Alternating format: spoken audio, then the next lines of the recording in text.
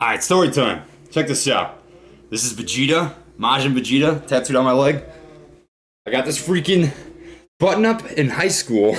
I think I was in 8th or 9th grade, something like that. This was given to me by some kid on the bus. I think his name was Frank. I don't remember who it was, but freaking love Vegeta. I want to show you that because this is, just a birthday shirt. Why not? Why not? Screw, we're going to button it up. But holy Toledo, the short interest is up 4.9% today. Net difference of 4.44 million shares, which is absolutely disgusting. Even on these red days, man, I'm kicking my feet back. I'm freaking relaxing because I know there's more on the table here for AMC, as do most of the OG freaking apes. But nonetheless, what is up, everybody? Welcome to freaking Trades, where we talk fast and don't skip class, baby. I like to preface by saying that I'm not a financial advisor or expert, so take what I say with a grain of salt. Let's get into the video. So today, my friends, my family, my fellow gorilla gang, we're going to talk about the overall update here on AMC here for the night. We're going to go over the Ortex data. I want to go over Stock Tracker, the short sale volume percentage. I want to talk about NSCC 002 and why that is kind of significant. What a margin call really is. Can they get out of it? And then finish this off with a technical analysis. I want to go over a couple different, sort of trends and opportunities that may present themselves to you, so that you're prepared for every single scenario that could end up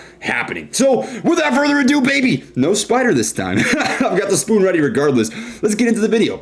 So we're going to start off here with the Ortex data. Now, what do we have cooking up on Ortex? As you can see here, well, it was just 4.9% a little bit ago, but now we are up 4.6% net difference short interest. Now, that is significant. As the short interest number continues to go up, as well as the utilization essentially being all available shares that could be lent out, either are lent out or are not. If there's 100% utilization, it means that all lendable shares are currently on loan. 0% means that none are on loan. Utilization being almost maxed out means that I expect this cost to borrow to start to go up. It's going to become a hard to borrow stock or security once again. So the short interest went up today. The freaking old men do not learn their lessons. How many times are they going to teach you this lesson, old man? Freaking 14.26% current short interest of free flow, 4.17 million total net difference in shares being shorted into the market.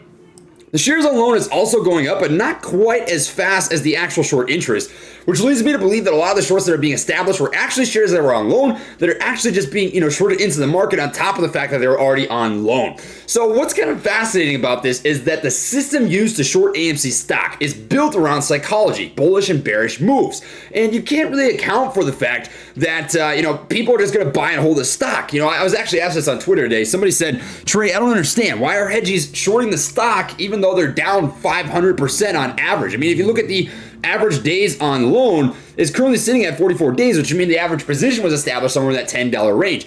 Down almost 500%, right? Why would they continue to add down to their positions? They're assuming that people are going to take profits, that people are going to be satisfied with a $5 to freaking $77 move, and people aren't doing that. They're saying, look, there's demand for the stock. I think it's going to go higher, so I'm going to continue to freaking hodl my shares, right? That's the issue with this, and personally why I believe they're shorting down, doubling down on their short positions is because they think this game's over. They think that the apes are done. They've made their tendies. They want to move on because lemon pepper tendies can be found somewhere else, which someday will be true, right? But I really do not think this AMC story is done for one simple reason. Shorts haven't covered. They're adding to their positions, and that just makes absolute nonsensical sense. It is the stupidest bullshit I've ever seen in my whole freaking life. If that's kind of what you're looking at. Short sale volume percentage also affirms the fact that there is heavy shorting taking place in the market. It has found a nice kind of consolidation baseline here in that 36 to 47% range. About a 10% range of shorting that's taking place here. And I don't know how much naked shorting is taking place right now, but as we get closer to 100% utilization, that becomes more of a reality that's on the table for this stock, just simply based on the fact that it's a hard to borrow security. There's not a lot of supply available for people to short positions, which creates the demand for them to create something that should not exist. Naked short selling, right? So that's kind of what you got cooking up here right now. Stock Tracker, how many currently available shares are there to short into the market? We stuck around about 550,000 for the majority of the day today, ever since about 10:48, June 21st. And up until about 15:16, which was here just recently. So a lot of the shorts that were available, I think, did get eaten up, and the ETF available also kind of went down here today pretty consistently throughout the day, which to me signifies that there was some pretty decent shorting that was taking place in the market, right? So call options in the money. There's not as many as last week, which means that this week there's really not as much of a gamma squeeze potential. That does not mean that the stock cannot run up. And we're going to get to that as we get into the technical analysis, but we're still set up absolutely beautifully, right? This is the beauty of this entire AMC stock movement. This is a 6-month saga that built up to where we are now. Fundamentals kind of laid the groundwork, right? Fundamentals continue to improve. January, February, March, April, May, which made the short thesis weaker and weaker and weaker and weaker and weaker, right? Which built the foundation for where we're sitting right now. Now, where am I going with this? Is it took 6 months to get to $77 from a low of $5, right? $5 to $77 took 6 months. Now, I'm not saying it's going to take another 6 months. In fact, I don't think it's going to. I think you're obviously adding on some months to the timeline here. But the big point to be made is there is no timeline, right? It costs the apes nothing to hold stock, but it costs short positions everything to hold stock. They accrue interest rates. They accrue bigger and bigger losses. Their losses and their downside is infinite, right? So what's the downside to you hodling? Do you need this money right now? Do you? I mean, if you do, it's a whole different scenario. But if this is just a savings account for you, right? You're just putting money in AMC stock. You're sitting absolutely beautiful because you never look at your savings account anyways. That's how I view AMC stock right now. It just simply is. I think there's more upside here, and we're going to get into some of the different realms of potential for technical analysis, and then finish off with some closing words that I think are pretty good to know. So I kind of see a couple different scenarios playing out here on AMC stock, right? I've got 3 different kind of zones or boxes drawn up. So the first one, and I think probably the more likely, is based on the bullishness of this overall huge, massive bull flag we got rocking, is you're going to bounce back and forth between this sort of ascending level of support and this horizontal level of resistance at about 63 bucks until you inevitably get a break up to that what would be about $70 range. That would, to me, be that next level of resistance. Now, I can't, predict how many times we're going to bounce off $63 before we get that clean break. But what I can say is you've got a lot of strength in this ascending level of support. You always look for these 3 touch points to see any respective level of support or resistance. You get them 1, 2, 3, 4 different touch points here on this huge wide scale 1 hour candle level of support, right?